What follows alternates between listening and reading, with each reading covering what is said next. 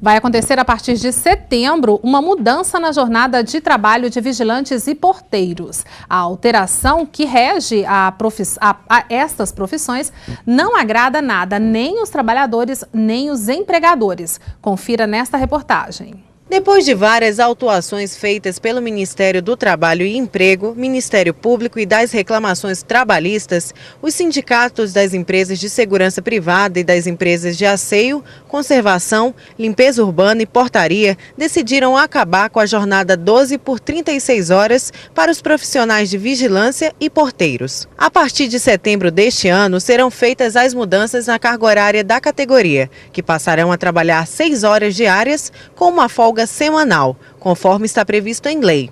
A medida não agradou nem um pouco a classe. Nessa atividade não tem mágica. Vai haver sim um implemento de custo. Esse custo não tem como não ser repassado para o contratante, ou seja, o consumidor final.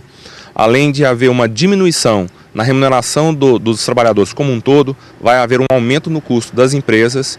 Isso aí tem que ser repassado para os consumidores. Além da alteração da carga horária de trabalho, os vigilantes e porteiros vão deixar de receber a intrajornada, que é o horário de intervalo concedido ou pago ao trabalhador, e o adicional noturno. A medida poderá resultar numa diminuição de 20% no salário desses trabalhadores. Em protesto a essas mudanças, os porteiros e vigilantes fizeram uma manifestação no fim do mês passado.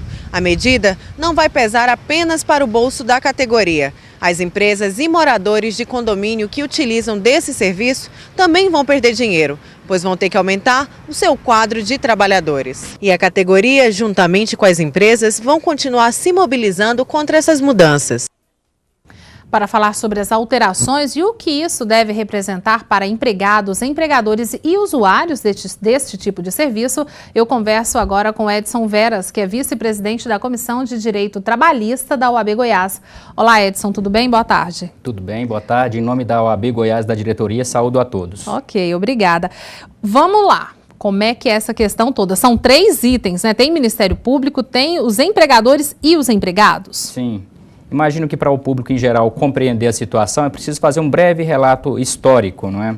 A legislação, ela diz que a jornada dos empregados, ela deve ser de 8 horas diárias, 44 semanais, não é? 8 horas diárias. Mas e a jornada 12 por 36, não é?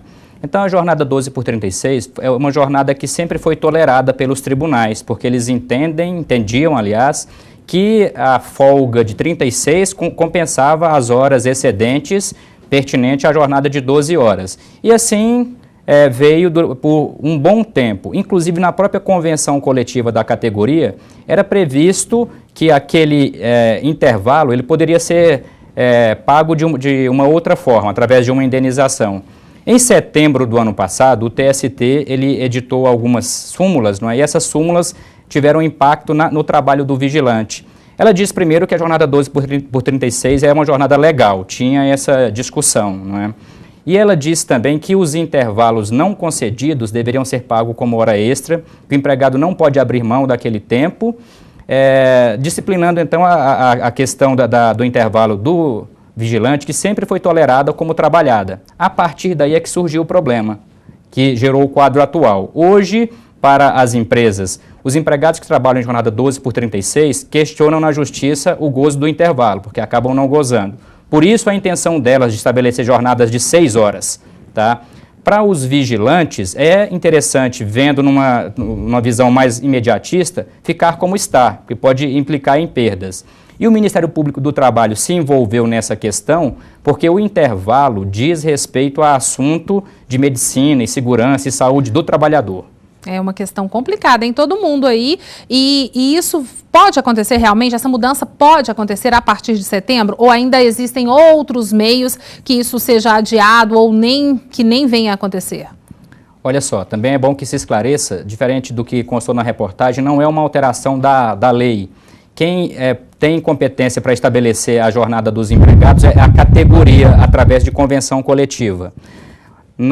No sindicato patronal já se diz que a partir de 1º de setembro essa será a jornada de 6 horas, não é?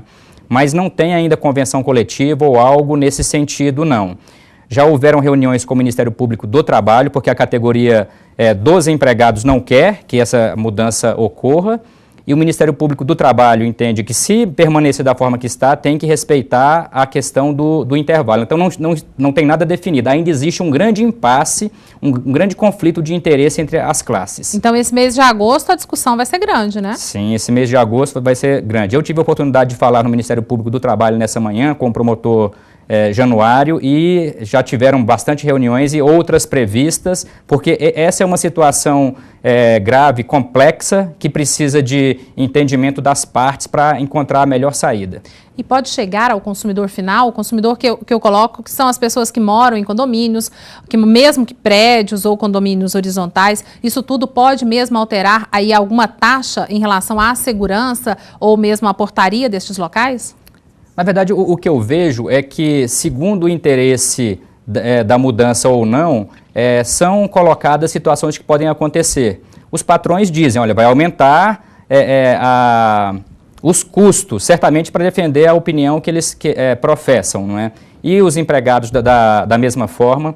O que eu imagino é que muita situação pode acontecer. No caso dos condomínios horizontais, por exemplo, quem está mobilizando essa mudança é o sindicato de segurança privada, de asseio e conservação, dessas empresas.